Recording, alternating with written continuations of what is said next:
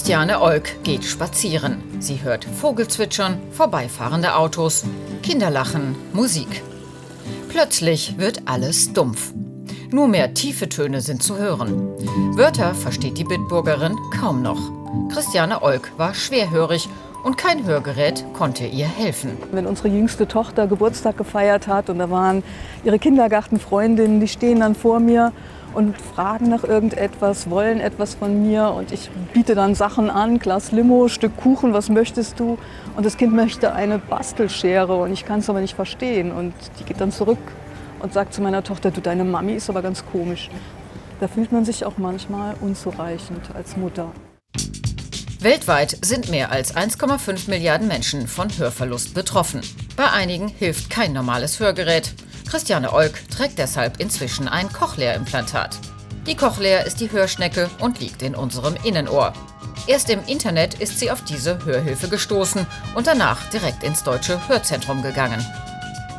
Habe mich da vorgestellt und da hat eine HNO-Ärztin zu mir den Satz gesagt, und den werde ich nie vergessen. Wer hat Ihnen denn Hörgeräte verordnet? Das war keine gute Idee. Und zweitens, selbstverständlich sind Cochlea-Implantate ein Thema für Sie. Sie können profitieren von Cochlea-Implantaten. Und das war ein Wendepunkt. Von da an hatte ich die Hoffnung, ja, das ist was für mich. Bei dieser Art von Hörverlust sind die Haarzellen im Innenohr beschädigt und können Schallinformationen nicht richtig verarbeiten und weiterleiten. Ein Cochlea-Implantat umgeht die defekten Haarzellen und sendet die Schallinformationen in Form von elektrischen Impulsen über den Hörnerv an das Gehirn, wo sie als Klänge wahrgenommen werden.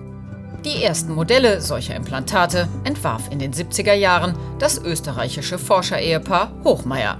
Heute gehören ihre Cochlea-Implantatsysteme zu den besten weltweit. Und hier in Innsbruck schlägt das Herz der Innovationen. Das hat begonnen in ganz frühen Zeiten mit Experimenten, wo man Strom ans Ohr geschickt hat und wo man gemerkt hat, da kann man Töne erzeugen. Und letztendlich kam dann der Punkt, dass man gedacht hat, damit könnte man tauben Menschen helfen, gehörlosen Menschen, um sie durch Elektrostimulation wieder hören zu lassen. Was damals als klobiger Kasten begann, ist heute ein hochtechnisiertes Gerät. Der Aufbau und die Idee von damals sind allerdings geblieben. Ein Cochlea-Implantat besteht aus zwei Hauptkomponenten, dem Audioprozessor und dem Implantat. Der Audioprozessor wird außen hinter dem Ohr getragen. Er besteht aus Mikrofon, Sprachprozessor, Batterie und Sendespule. Das Implantat besteht aus einer Empfangsspule, einem Stimulator und Elektroden für die elektrische Stimulation. Die Elektrode wird in die Hörschnecke eingeführt. Das Implantat wird im Schädelknochen nahe der Ohrmuschel unter der Haut platziert. Man muss durchs Mittelohr hindurch, das ist alles sehr, sehr eng. Man spricht wirklich von Dimensionen von 1 bis 2 Millimetern, kleine Passagen, wo man zwischen zwei Nerven hindurch muss. Das eine ist der Gesichtsnerv und das andere ist der Geschmacksnerv. Und das heißt, der Chirurg muss sich den Weg suchen zwischen diesen Nerven hindurch. Und wenn er das geschafft hat und dann die Cochlea eröffnet, dann hat er eigentlich sein Ziel erreicht. Die Spulen sind jeweils mit einem Magneten ausgestattet, damit der Prozessor am Kopf perfekt sitzt. Die Spule im Implantat leitet die empfangenen Signale an eine Stimulationsschaltung, welche die erforderlichen Ströme für die Elektroden in der Cochlea erzeugt. Je nachdem, wo in der Cochlea elektrisch stimuliert wird, entstehen hohe oder tiefe Töne. Diese werden über den Hörnerv des Ohres an das Gehirn weitergeleitet. Für die Lautstärke wiederum ist die Stärke des elektrischen Stromes entscheidend. Die Hörhilfe und alle Teile dafür werden in Europa hergestellt. Die Firma Medel produziert fast ausschließlich hier am Standort in Innsbruck. Vor allem die Implantate, die in den Kopf implantiert werden, hinter das Ohr, die eine unglaubliche Zuverlässigkeit brauchen. Auch viele externe Komponenten, wie von dem außen getragenen Prozessor, werden hier hergestellt. Und ein anderer Teil wird auch noch in Bulgarien hergestellt, in unserem eigenen Werk. Insbesondere für Kinder ist es wie ein Wunder, wenn sie dann plötzlich richtig oder zum ersten Mal überhaupt hören können. Softwareentwickler Max Röder ist selbst Träger des Implantats. Er kam taub zur Welt und war weltweit das erste Kind, das auf beiden Seiten ein Implantat erhielt. Ich war als Baby in einer Wiege gelegen und meine Mutter hat gekocht. Und da ist ihr ein Topf auf den Boden gefallen und ich habe einfach weiter geschlafen. Das ist jetzt nicht so üblich, dass man da als Baby nicht aufwacht. Also ursprünglich wurde meinen Eltern eigentlich erklärt, dass ich in eine Gehörlosenschule soll und dass ich ganz normal taub aufwachsen soll. Dass meine Eltern das Cochlea-Implantat kennengelernt haben, war nur durch eine Broschüre Zufall. Sie haben dann darauf gepocht, dass sie das bekommen. Und ein Jahr später wurde ich implantiert mit 2 Jahren. Damit der kleine Max für beide Ohren Implantate erhielt, mussten seine Eltern aber hart kämpfen. Die Fachwelt war sich über den Nutzen noch nicht einig. Nachdem die zweite Seite aktiviert wurde, habe ich auch wirklich innerhalb von Wochen ein Vielfaches besser gehört, als ich vorher gehört habe. Also ich habe 60% besseres Sprachverständnis gehabt innerhalb von 5-6 Wochen. Und das hat auch demonstriert, dass das funktionieren kann. Die heutigen Cochlea-Implantate sind im Vergleich zu den ersten Geräten sehr klein und hoch digitalisiert.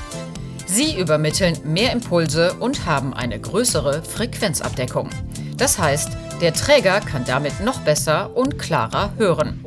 Bis es soweit ist, vergehen nach der Operation etwa 4 Wochen, bis die Wunde komplett verheilt ist. Dann wird der Audioprozessor zum ersten Mal eingeschaltet und das Implantat aktiviert. Bei der Feinanpassung werden die Frequenzen genau abgestimmt.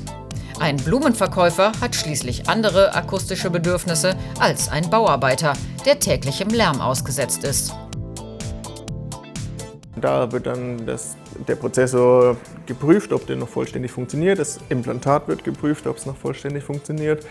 Und der Audiologe, der kann dann auf Wunsch des Nutzers dann die Geräte noch anpassen, ein bisschen verstellen, wenn man sagt, man hört noch schlecht in einem Szenario oder im anderen Szenario. Bei mir funktioniert es so gut, dass ich es nicht brauche. Aber gerade am Anfang ist das wirklich hilfreich, dass man immer wieder ein bisschen nachstellen kann, wie so kleine Stellschrauben. Anschließend muss der Implantatträger üben. Das hilft ihm, sich an das neue Hören zu gewöhnen. Das machen die Patienten selbstständig zu Hause oder mit einem Sprachtherapeuten. Also es ist nicht so wie eine Brille aufsetzen und man sieht auf Anhieb alles. Man muss ja bedenken, ich hatte 20 Jahre bestimmte Frequenzen überhaupt nicht mehr gehört. Und so ist es, dass man erstmal die Geräusche wahrnimmt. Man kann die aber nicht an etwas festmachen, was man schon kennt. Weil die Geräusche klingen ganz fremd. Also ich hätte in dieser ersten Phase zum Beispiel Babygeschrei nicht von einem Hubschrauber unterscheiden können. Sodass es so war, dass ich immer überall rumgefragt habe, was höre ich gerade, was ist das? Und dann sagt jemand, das ist Vogelgezwitscher. Ich habe mich immer umgedreht, weil ich dachte, wenn ich Stimmen höre, die sind unmittelbar hinter mir, dann waren die aber 20, 30 Meter entfernt und ich habe einfach nur so gut dann alles so nah auch alles wieder hören können.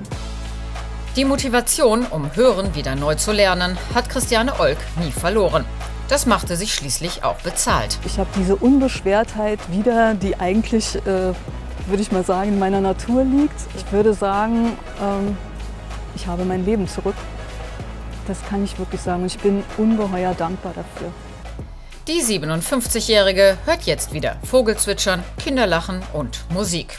Dank des Cochlea-Implantats eine technische Errungenschaft, die den Patienten wieder ein Leben in der Mitte der Gesellschaft ermöglicht.